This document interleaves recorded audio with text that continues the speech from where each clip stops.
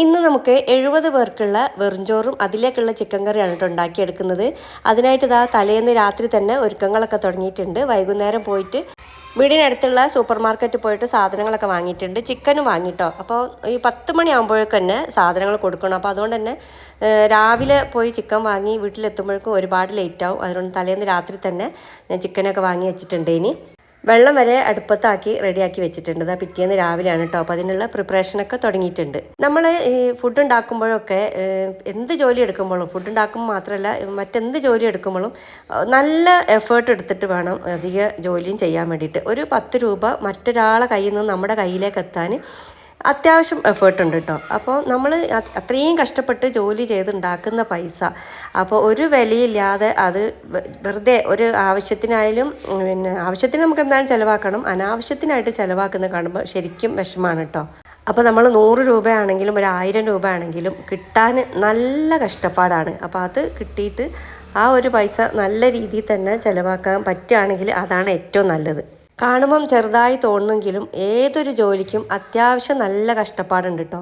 പ്രത്യേകിച്ച് ഈ ഫുഡ് ഉണ്ടാക്കുന്നതൊക്കെ അത് ശരിക്കും മാനസികമായിട്ടും ശാരീരികമായിട്ടും എഫേർട്ടാണ്. കാരണം മറ്റുള്ളവരുടെ കയ്യിലേക്ക് എത്തി നല്ല രീതിയിൽ ഒരു കുറ്റം കുറവൊന്നും ഇല്ലാത്ത രീതിയിൽ അവർക്ക് വൃത്തിയായിട്ട് ജോലി ചെയ്ത് കൊടുത്ത് അവരുടെ ആ റിസൾട്ട് അറിയുന്നത് വരെ നമുക്കൊരു മനസ്സമാധാനക്കേടാണ്.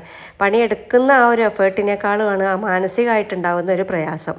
കാരണം ഫുഡാണ്, നമ്മൾ ഏതൊക്കെ രീതിയിലാണ് അവർക്ക് അത് ഇഷ്ടപ്പെടുക, ഇനി അതിൽ വല്ല പ്രശ്നങ്ങളും വരുമോ എന്നൊക്കെ ഉള്ള ഒരു വേവലാതി തന്നെയാണ് നമുക്ക് എപ്പോഴും ഉണ്ടാവുക. പരമാവധി നല്ല രീതിയിൽ വൃത്തിയായിട്ടും നല്ല രീതിയിലും ചെയ്ത് കൊടുക്കാൻ ഞാൻ ശ്രമിക്കാറുണ്ട് കേട്ടോ. ചിക്കൻ കറി ഞാനിതാ ഒരൊറ്റ ട്രിപ്പ് തന്നെയാണ് കേട്ടോ വെച്ചത്. 2 പ്രാവശ്യം ആക്കിയിട്ട് ഉണ്ടാക്കി കളിക്കേണ്ട വിചാരിച്ചിട്ട് ഒറ്റ പ്രാവശ്യം തന്നെ ഉണ്ടാക്കി.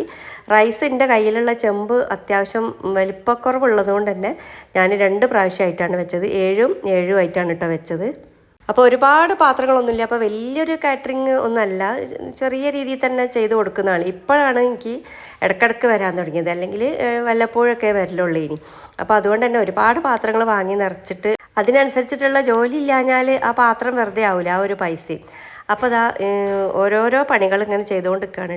ഇടയ്ക്ക് കാക്ക വന്ന് ഹെൽപ്പ് ചെയ്യുന്നുണ്ട് കേട്ടോ. അപ്പോൾ കാക്കൻ്റെ പണിക്ക് പോകുമ്പോൾ അതിൽ കിട്ടുന്നൊരു ഫ്രീ ടൈമിന് എൻ്റെ അടുത്തേക്ക് ഞാനിവിടെ പണിയെടുക്കുകയാണല്ലോ എന്നുള്ളതിൽ ഓടി വന്നൊന്ന് ഹെൽപ്പ് ചെയ്തതാണ്. ഞാൻ പറഞ്ഞു വന്നത്, നമ്മളൊരു 10 രൂപ ഉണ്ടാക്കുമ്പോൾ ആ ഒരു പൈസ അനാവശ്യമായിട്ടും അല്ലെങ്കിൽ നഷ്ടപ്പെടാതെ സൂക്ഷിക്കുക എന്നുള്ളതാണ്. അപ്പോൾ അത് നമ്മളെ എഫേർട്ടാണ് കേട്ടോ.